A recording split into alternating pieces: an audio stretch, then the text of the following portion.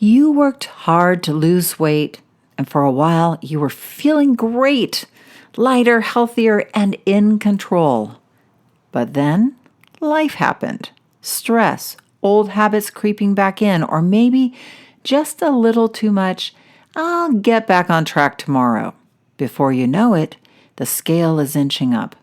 Maybe it's just a few pounds, or maybe it's more than you expected. And that sinking, frantic feeling sets in. Sound familiar? First of all, take a breath. Whether you've gained 5 pounds, 15, or more, this doesn't mean all your progress is lost. The key is knowing what to do next, without guilt, panic, or extreme dieting. So today I am breaking down the 5 do's and 5 don'ts to take back control after weight gain so you can stop gaining, reset your habits, release the weight, and regain your confidence. So take a nice deep breath in. You've got this, and now come on in.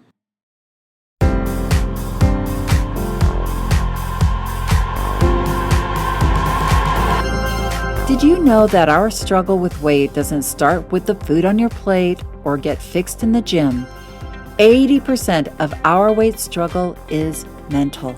That's right. The key to unlocking long-term weight release and management begins in your mind. Hi there, I'm Rita Black. I'm a clinical hypnotherapist, weight loss expert, best-selling author, and the creator of the Shift Weight Mastery process. And not only have I helped thousands of people over the past 20 years achieve long-term weight mastery, I am also a former weight struggler, carb addict, and binge eater. And after 2 decades of failed diets and fad weight loss programs, I lost 40 pounds with the help of hypnosis. Not only did I release all that weight, I have kept it off for 25 years. Enter the Thin Thinking podcast, where you too will learn how to remove the mental roadblocks that keep you struggling. I'll give you the thin thinking tools, skills, and insights to help you develop the mindset you need, not only to achieve your ideal weight, but to stay there long term and live your best life. Sound good? Let's get started. Hello, my thin thinking friends, and newcomers too.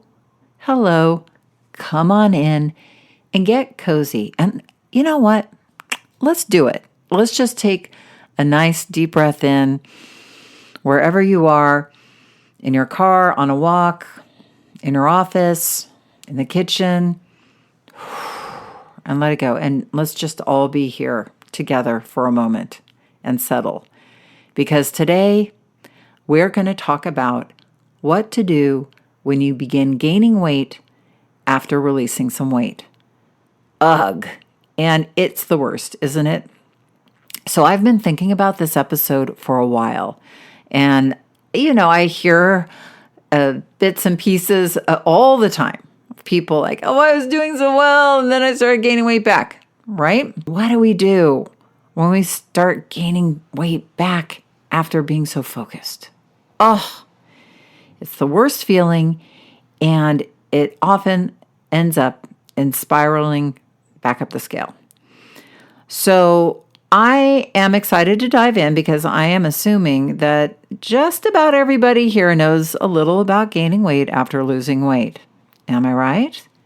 And if you have never gained weight after losing weight, are you sure you're listening to the right podcast? No, just kidding. You can stay. And everyone who knows that horrible, awful place, I feel you 100% because I have been there and done that so many times. I feel like I should have a stock in an elastic waistband company, right? Or many stocks.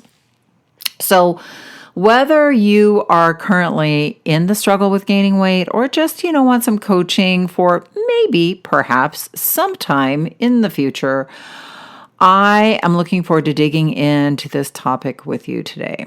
But first, before we do, I want to let you know that we have a pre-spring promotion of my free online masterclass. It's free and it's online and it's a masterclass and it's called How to Stop the Start Over Tomorrow Weight Struggle Cycle and Begin Releasing Weight for Good. And if you haven't joined me for this, please do. We really are focusing in the masterclass on the mind shifts that you can make to break out of the weight struggle and giving you mental tools to work with your subconscious, to work past those mental roadblocks that keep you struggling with your weight. And we will do a hypnosis session, a weight release hypnosis session that people just love to focus on your success. So sign up. You can either go to www.shiftweightmastery.com/free. That's www.shiftweightmastery.com/free, or you'll find the link in the show notes.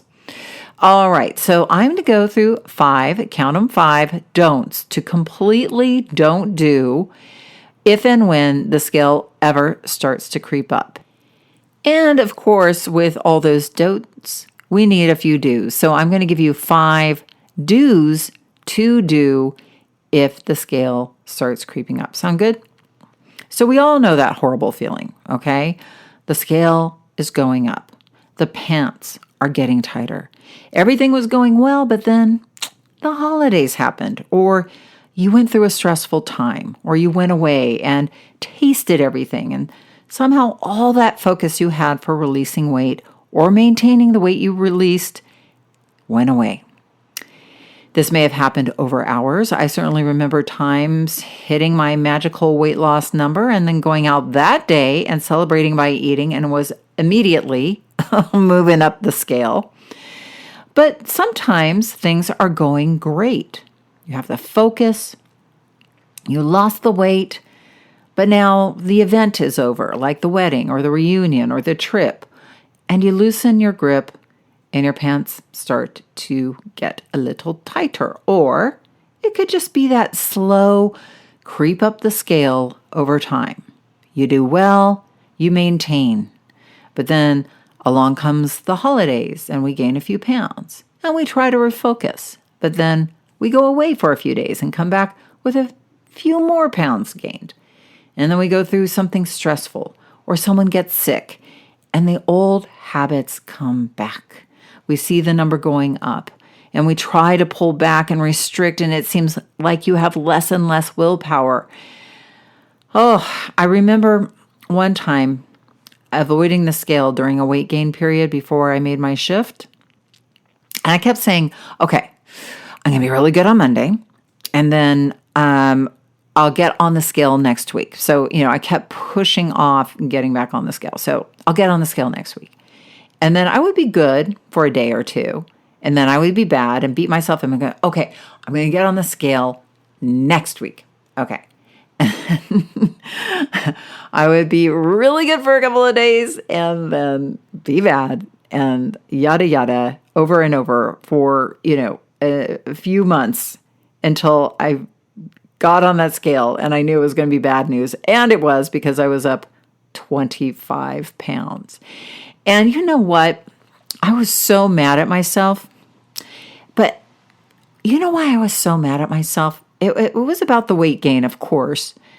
But the worst part, and maybe you can feel me on this one, maybe you've gone through this too. The worst part was I didn't even really have any fun gaining that weight. You should at least have fun if you're going to gain the weight. That would have been worth it maybe, but no. I screamed and yelled and abused myself pretty much all the way up the scale. And that's what we do, right? It's the worst feeling, this self-abuse.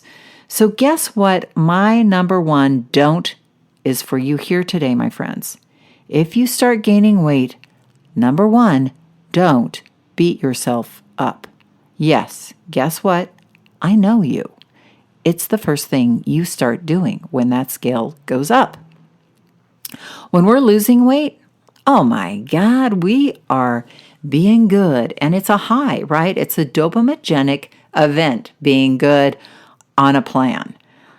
We see ourselves as good, so we self-see our fabulous identity because we're being so good, and it's this place where we get the gold stars for perfection, and we ride this high and of being good.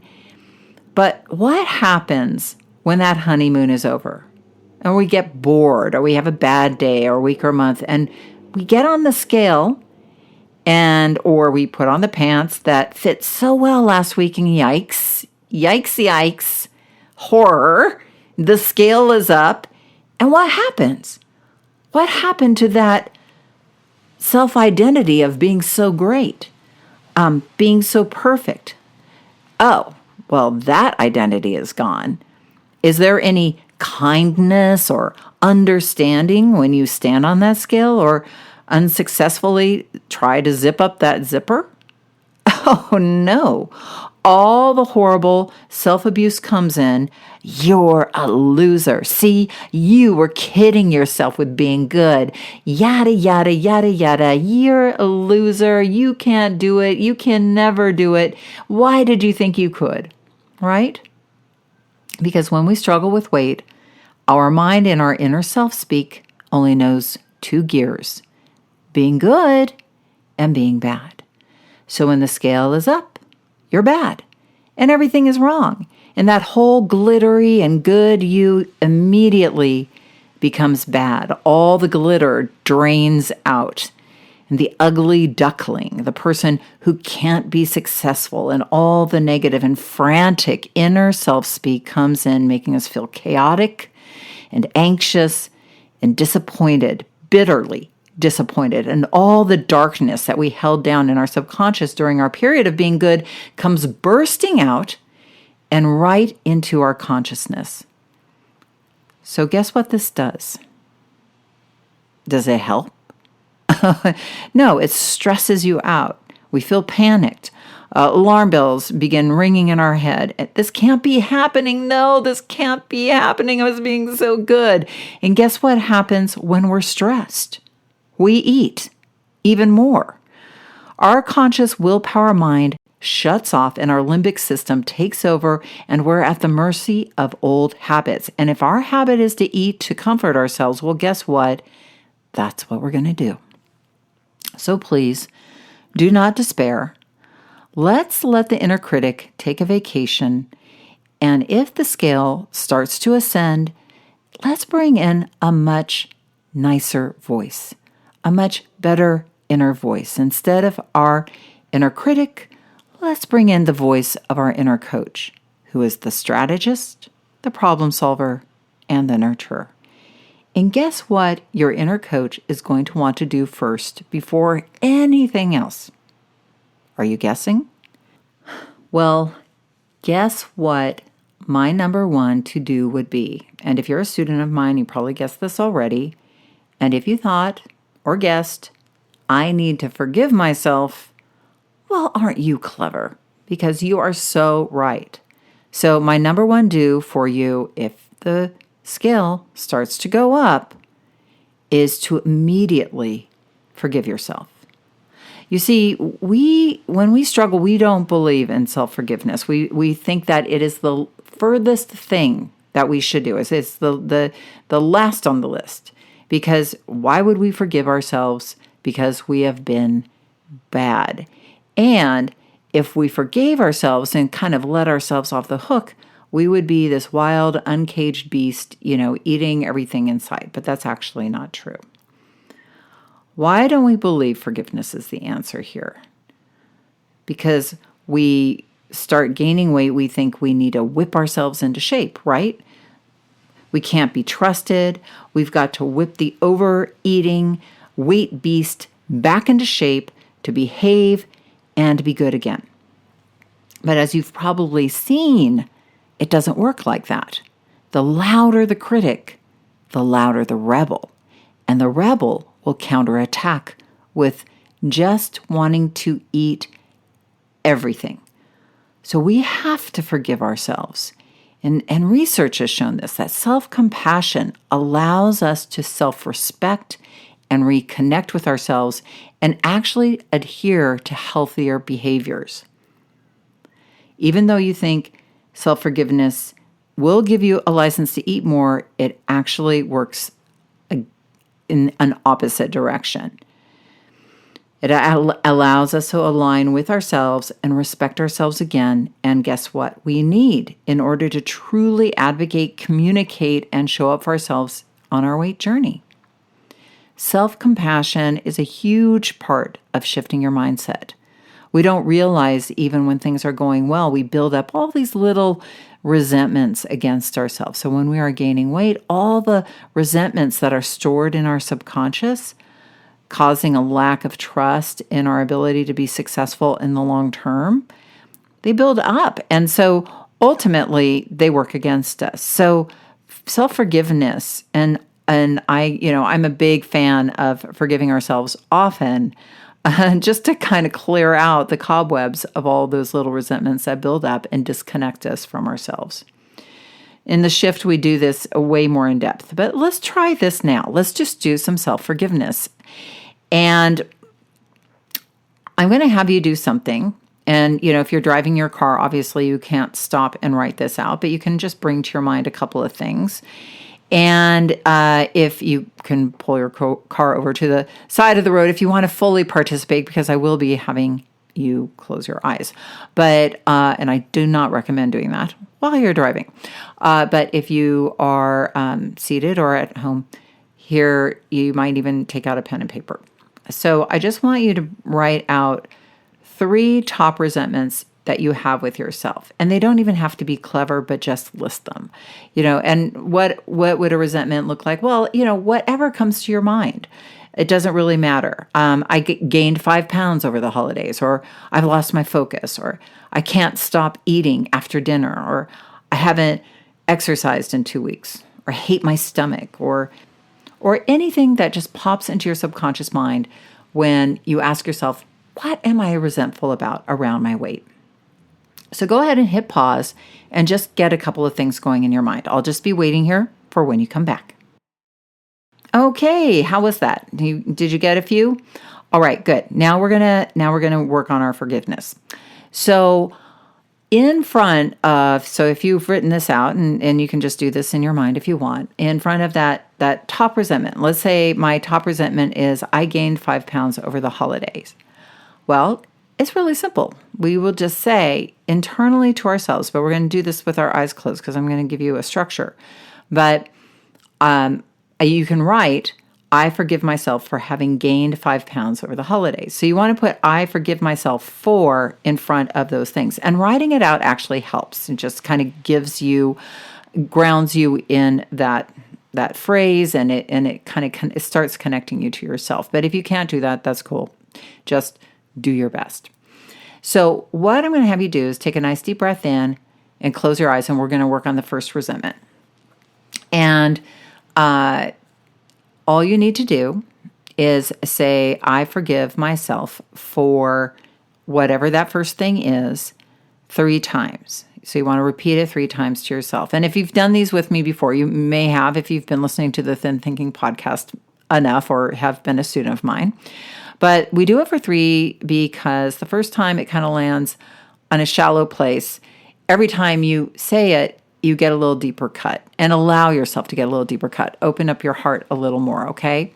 And I want you to put your hands, I invite you, I don't want you to, but I invite you to put your hands over your heart. This is a really helpful pose to just kind of open up your heart and bring that forgiveness energy in. And you can also, if you like, what was I going to say to you? So what you're going to do is you're going to say it 3 times. And at the end of the 3rd time that you say the phrase, I forgive myself for XYZ, take that shift breath in and pull that forgiveness around your heart. And if you've done this with me before, just dive right in because you know how great it makes you feel. And if you've never done this before and it feels a little goofy, that's okay. I think you're going to really like this. So go ahead and we'll work with the first one, and then you can go back and do more later because I've got lots more to do with you today. And so I'm just going to give you a little sample of how it feels. So go ahead and take a nice deep breath in And as you exhale, close your eyes and just settle and just notice your breath for a moment. Notice the beating of your heart. And just be here now. And let's begin with that phrase.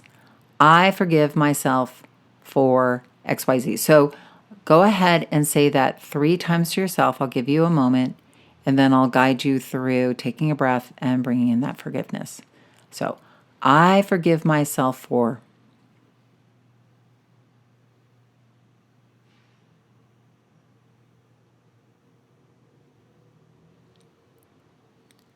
Good.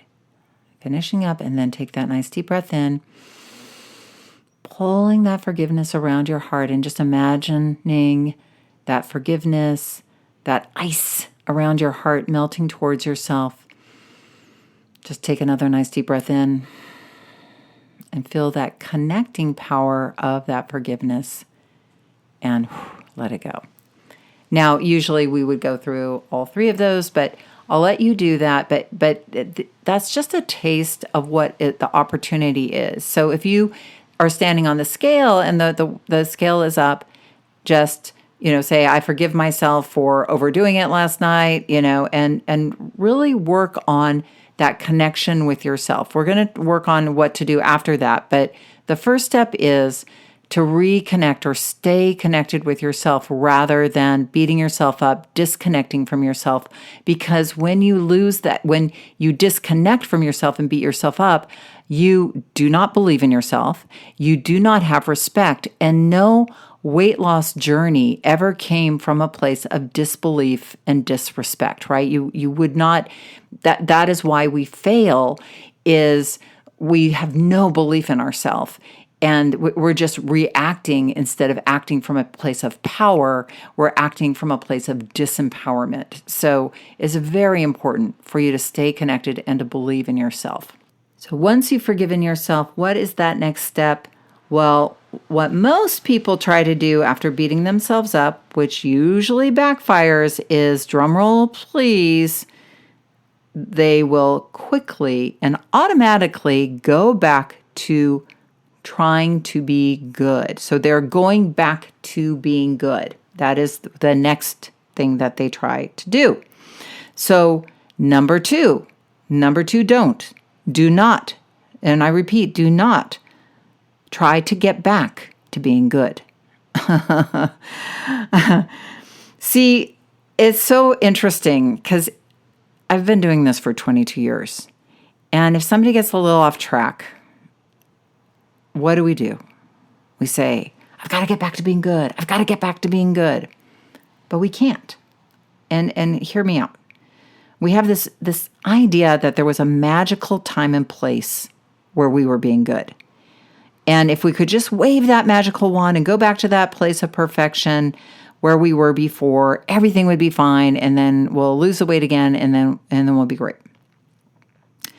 But number one, being good is what got you in trouble in the first place, or only good because of the dynamic of being good and being bad. Because when you're being good and you're being good on something outside of you, it isn't even really you. It's you're being good on something. It's a measuring stick that you aren't internalizing any internal change. And whatever was driving your focus before, you're not there now. So there's 2 things. There's being good. We don't want to be good. We want to build skills, and we want to create a long-term way of being with ourselves that allows us to live at our ideal weight. We don't want to squeeze ourselves into this idea of being good, because that's always going to boomerang. You can't get back there. People try to get back and you can't. Your life is different. A lot of times when we start gaining weight, we're just in a different place. Maybe we're stressed out. Maybe something's changed. And when I point that out to people, they're like, oh my God, you're right. I had more time. A lot of times people change jobs, or they start taking care of somebody, or they go through a divorce, or life gets really crazy, and they aren't in the same place that they were when they began that initial weight release journey. So here's another thing that being good tends to do, because we are in so much pain, i.e. self-abuse, because we are gaining weight, and that it is so not okay. We are so not okay with gaining weight, and we see ourselves as being bad. When we try to go back to being good, we go super restrictive, probably way more restrictive than you were when you first began to focus on weight release.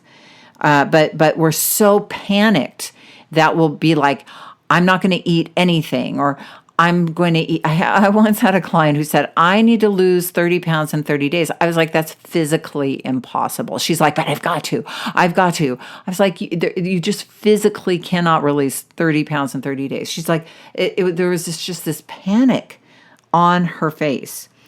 So we'll cut the calories more. We'll do double the workout. We'll say no sugar and no booze. But when we're super harsh and squeeze on ourselves, do you hear that boomerang flying around right now? It's like going super restrictive just makes us stressed, makes us feel deprived, and dare I say, piss off internally, punished for bad behavior. And guess what? We end up feeling deprived. And then there's a part of us just breaks and says, okay, I'll be good tomorrow. I'm just going to eat now. I'll start next week. And we get back into that cycle. I'm going to be good, then I'm being bad, and I'm being good, I'm being bad. Has this ever worked? So don't try to lose or release, which is the word we like to use, what you've gained super fast. I know it's a painful place to be. I know we want to get rid of that weight super fast so that we can just love ourselves again. But love yourself now. Own yourself where you are now. You need to be where you are today. Own yourself, appreciate yourself, forgive yourself, love yourself where you are today. Give yourself some love, some lovin's, as my friend would say. I need to give you some lovin's. But give yourself some love. And I don't mean in a woo-woo, the kumbaya way. I mean, you're a powerful person. Have some respect for yourself. Know you know how to release weight, but do it from a place of power and not a place of panic. Because the panic ain't going to help you. It's just going to drive that old vicious cycle again and again. Okay? So, do take a breath. Do step back and assess. Where are you right now? Where are you? And just in a loving way, take a look at where you are in your life. Chances are you may not be in the same place, right? And we started that conversation. We go through stress. We go through, or maybe we're traveling, or we're giving care to somebody. So you've got to get real about that and approach with a strategy that honors where you are in life. And again, what has been the challenge? Because there's usually some sort of challenge, either conscious or subconscious, that is driving the eating, that is driving the weight gain. So what is needed? And again, we want to approach this with self-respect. We want to say, I respect myself and I'm overeating. Something must be going on. Let me get curious instead of critical. We had an episode on that a couple of episodes ago. So check that out. But yeah, we want to get curious. Now, full disclosure, for those of you who know me, I released 40 pounds and I've kept it off for 30 years. Something I would say that, is somewhat miraculous, but we know it's totally doable when you engage your mind powerfully, like we all focus on doing here. But here's the thing. In those 30 years, the scale has crept up. But the key is I know how to bring it down, and it isn't through willpower of discipline. It's through using strategies that I'm sharing with you today. And those of you, many of my students who are maintaining their ideal weight, know that once you reach your ideal weight, we kind of consider maintenance a range between 5 pounds above your ideal weight and 5 pounds below. This gives us a mental flexibility so we don't freak out. And it really gives us that ability to practice the skill of getting back on track because, we often get off track in life, gain a couple of pounds, but in maintenance, you just really hone that skill of getting back on track. And it is a skill. So, and those of us, meaning me and, my students and those people out there in the world who are maintaining their ideal weight for a significant period of time. During that time in my life, I have kept my weight, in that range, except one time when my weight crept up a few pounds above that range, a few pounds. So I was probably 8 pounds above my ideal weight. And that was when my mom passed away. And it was a very, very, very challenging time because she had cancer and she had cancer for a very long time. And my daughter was a baby and colicky and it was hard. I was working full time helping people, ironically, release weight. And it was tough. And I found myself starting to do something I hadn't done in a long time, which was comfort eat. I was turning to carbs more and I had these really crazy cravings for brownies, which those of you who know me know this story a little bit. So my mom was a baker and she was an amazing woman. And I really loved her. And so her being sick was just, it was hard. It was really the end of a big chapter for me. And, sorry. So because she was a nurturer, she would bake baked goods, and brownies was something that, I don't know, it just kept coming up and I was eating them and I was like, but then, I know how to work with myself. I stopped. And I said, it's not about the brownies. It's not about the brownies. What is this drive to eat the brownies about? So I just allowed myself to get curious.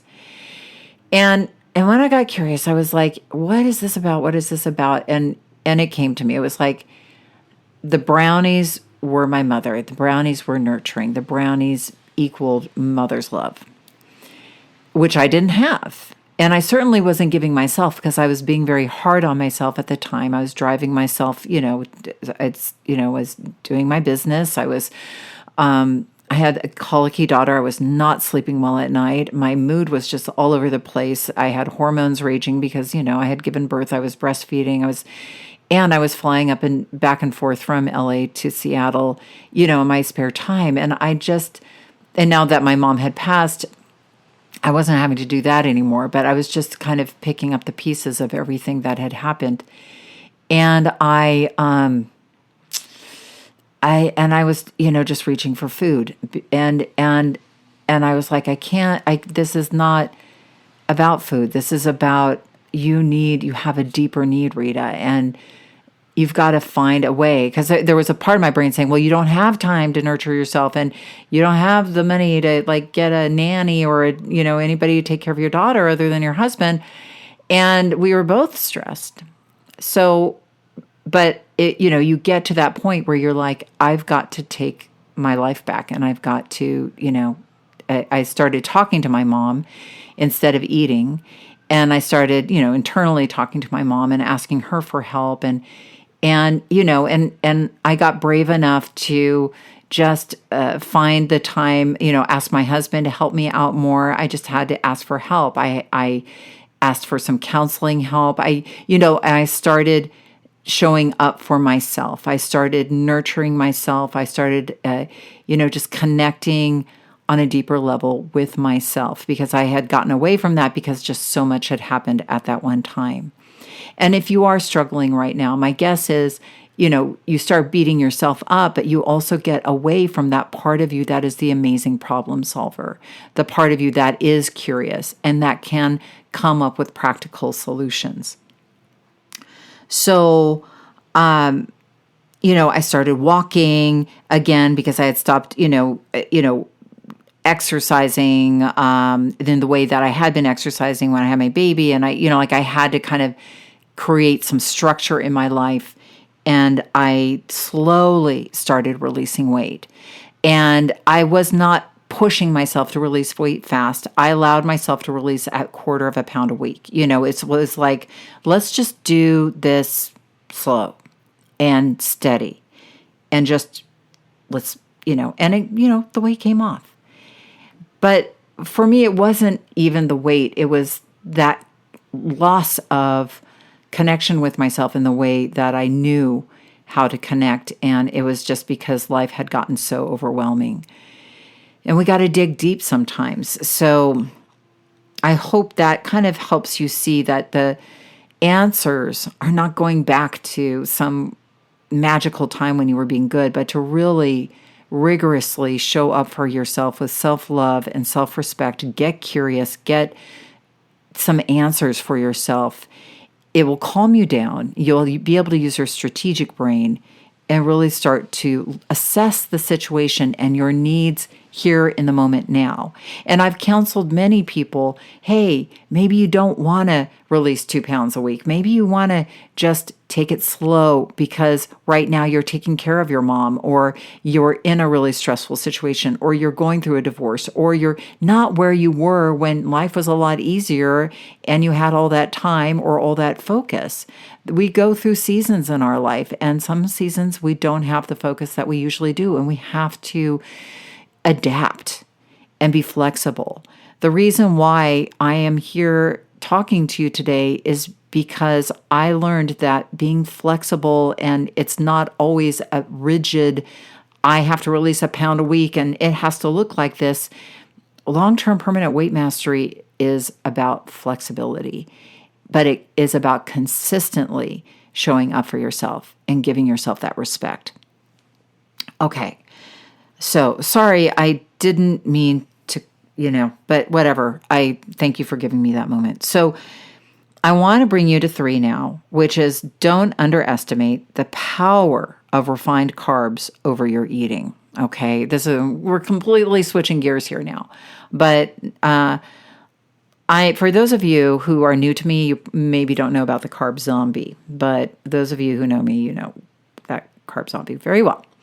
So here's the thinking is generally when, again, I've worked with thousands of people over 20 plus years, you get to know this, and everybody's different, but everybody's the same on some level and in a good way. And most of us who struggle with weight have a genetic propensity for sugar and refined carbohydrates. Some are lower and some are way higher. And we have trigger foods. And here's the thing. When we're good on a diet, generally we're cutting out all the crap, the refined carbs that trigger our brain and send it into a dopamigenic crazed state, what I like to call the carb zombie. And for those of us who have been wired, because our brain gets wired in a particular way for sugar and refined carbs, and then we have this genetic propensity, and we have wired in emotions, we have wired in situations and times and emotions, all this really intricate wiring. That is, it is very individual to each person. My trigger foods and my wiring is different than my neighbors, than yours, So, but what typically happens is when we're being good is we're probably eating more protein, fewer refined carbs, more vegetables, more fruits, and typically, or we're eating protein drinks and protein, just we're keeping our carbohydrate intake fairly low. I mean, relatively. And then what happens is we'll do well, and then we'll loosen our grip, and we'll eat a few refined. I can loosen my grip now, which you can. We're not talking about a no carb diet here, but we're just talking about what happens is our brain and body will get engaged again, and once that what I call the carb zombie kind of gets engaged, that part of the brain will start to take over. And we'll go into eating overdrive. We'll feel hungrier. We'll be looking around for food again. We'll feel insatiable. We'll say, like, why can't I be satiated after a meal? Like, we're just like thinking about food all the time. Whereas, like, what happened when I was so good and I didn't even think about food and I was eating so well? It's like, because your brain and body were in a state of, dormancy with that carb zombie. It's almost impossible to release weight when that part of the brain is super engaged. So, when we do the shift, we get into a deeper dive into this, and we get into, like, we have this kind of what I would call a mastery way of eating that isn't a diet, but it's just like we know which foods trigger our brain. But we also have these, what I would call buffer foods, where, you can live your life. You can eat bread, you can drink wine, but you start to be more tuned into your body and what goes on in your body. And you start, oh yeah, I'm getting triggered again. Let me chill out on that stuff. And what that allows you to do is actually create a way of eating that allows you to live out in the real world, but be, mindful. And if you go too far overboard, which I have done many times in my long-term permanent weight mastery journey, I just described one, but we kind of have to we have to hibernate the zombie again. And that usually means by eating healthfully and upping the protein and lowering especially getting rid of the carbs that were causing the problem in the first place. So I hope that makes sense to you. So elevate the protein, meaning, getting it up there over 60 grams, 70 grams, 80 grams. And, I'm not a huge believer in 1 gram for every pound of weight you weigh, because I just think that might be way too much. But, I'm not the food police here. I never have been. I just kind of give like, when you're getting up to 60, 70 grams, you're getting enough to stabilize and nourish your body. And then keeping your carbohydrates lower. And I mean complete carbohydrates, not net carbohydrates, but, below 150, 125. That even might be high for some people. My little sweet spot is like 80, 90, which is still carbs. Like, it's a nice amount of carbs. And I will go over that amount. And again, I'm not sitting there counting all the macronutrients on a daily basis, but it's just like you start to get a feeling for what feels right for your body. So one thing I would say that I've seen consistently with people who get off track and are struggling is they've allowed trigger foods to get into their house, and trigger foods are the foods that, you have an issue with. And again, your trigger foods might not be my trigger foods. So we all have to just be honest with ourselves and go, I'm letting Bobby Sue bring in those potato chips to my house, and that's what's been the issue. Or I've, somebody started bringing bagels to work, and I've allowed and bagels are a trigger food. Like, so you have to kind of look and step back and really focus on eating protein, lower your carbohydrate. And if there's a problem food in your house, get rid of it. Just get rid of it. Or, you can figure out that relationship with that thing at some other time. But honestly, stimulus control is a huge part of weight mastery. And, hide it, put it in a cupboard, have your husband or your children take it and hide it for whatever. It's just like, but I don't want to. I should be able to live with that in my house. It's like, why? If it's a challenge for you, if your loved one was like shooting up some drug and they're like, well, but I should be able to have meth in the house. I mean, I just should be able to resist it. It's like, well, really? Okay. No, you get rid of it. Just love yourself. Do yourself that favor. Okay. So, and then here's the other thing though. This is why I'm having this little talk with y'all is, you don't underestimate the power of refined carbs. So that's the don't. Sorry. I'm having to go back and differentiate between the don't and the do. So do eat protein, do lower your carbohydrates, and practice stimulus control. Okay, we've covered all that. But do allow yourself some treats. Long-term weight management is like an art. It's like you're striking a balance and it's nuanced. So cognitive studies have shown that people will do way better on a weight release plan if they allow themselves one treat a day, right? So, and why that is because the brain will look forward to it. It was like, oh, I get my treat, right? So I'm willing to forego all the donuts at breakfast, that are being offered up in the staff room, or I'm willing to forego that Starbucks creamy blah blah blah this afternoon because I know tonight I'm going to sit down, I'm going to have my little square of dark chocolate or my berries with cream or whatever the treat is. Even though you've gained weight and you feel like I should not eat anything that looks like it's yummy or that I enjoy because I should be completely punished and take everything away, it's like, no, you don't. Give yourself a treat because you're going to then stay more consistent and you are going to feel like you're taking care of yourself. Okay.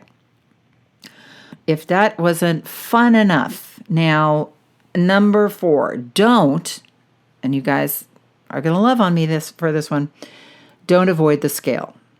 Don't let your fear and emotions run you. I know you all are like, what the hell is she talking about? So here's the thing. How often have I heard, well, I'm waiting to lose a few pounds and then I will get back on the scale. Next week, and then the next week comes, well, I'm just going to wait till next month and then I'm going to get back on the scale. And you know how that goes. Why do we avoid the scale?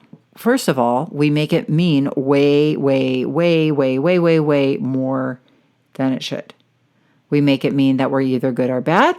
We make it mean that we are worth something or we are worth less. Or we make it mean we can celebrate or despair. So often, the school of thought is to throw out the scale. Let's just not weigh ourselves. And that's fine. We can love ourselves for who we are, and we can throw out the scale. I've thrown out many of scales in my day. But if you're like me, you still gave the power to wait. Here's the thing. Back in the day, it was like, well, throw out your scale and go by how your clothes fit you. I have to laugh because I had a pair of pants, these black pants, that I called my magic black pants because I could literally gain or lose 20 pounds in these pants and they would still fit me, right? They were the magic pants, right? What a mind game I played with myself because I was like, I just dried them and so that's why they're tight. So I would worry about like how many times I'd worn them, were they stretched out, were they just out of the dryer?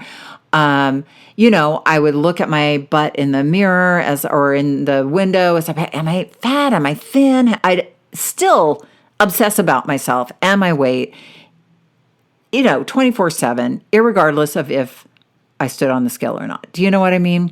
So from a cognitively correct standpoint, like here's this, multiple studies show that record keeping and weighing actually help you stay cognitively correct. And what I've observed in myself and many, many people I love to call my students or people I know, is that it can calm you down because it gets you back in the black and white of just facts, rational thinking versus emotional thinking.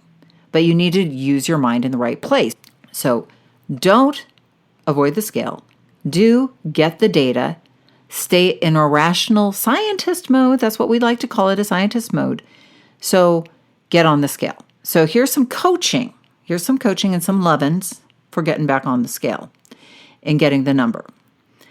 The scale, just to remind you, is just a piece of metal or glass. It isn't judging you. You are judging you, my friends. The scale, it's just a thing. It's an inanimate object, but you are giving it all the meaning. So before you get back on the scale, do the following. Summon up your inner critic, the one that's going to beat you up when you get on the scale, and say, hey, inner critic, you done a great job. You beat me up.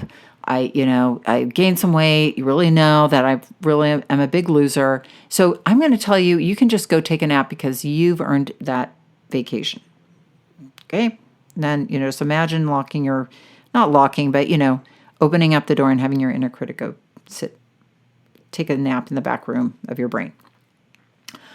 And then you bring your beautiful inner coach, your nurturing, smart, powerful, strategic part of you, the rational part of you, the scientific part of you. Say, inner coach, stay with me now. let's stay in a loving, compassionate scientist mode. We are curious. We are not critical. And then before you get on the scale, this is a whole little prep here because, I know you're nervous and hug yourself. Just hug yourself or whatever. Tell yourself you're worthy no matter what the number on the scale is, because guess what? You are, right? You are. And then tell yourself no matter what the number is, you are a smart person and you can and will rationally figure out what steps to take to release the weight, right? So no matter what the number is, you know how to release weight. You can do this when you have your power and you are not giving your power away to emotions, to old mythological ideas. Okay, so you're a smart person. You're going to figure it out. And tell yourself even something more important, and listen up because this is big. This is huge.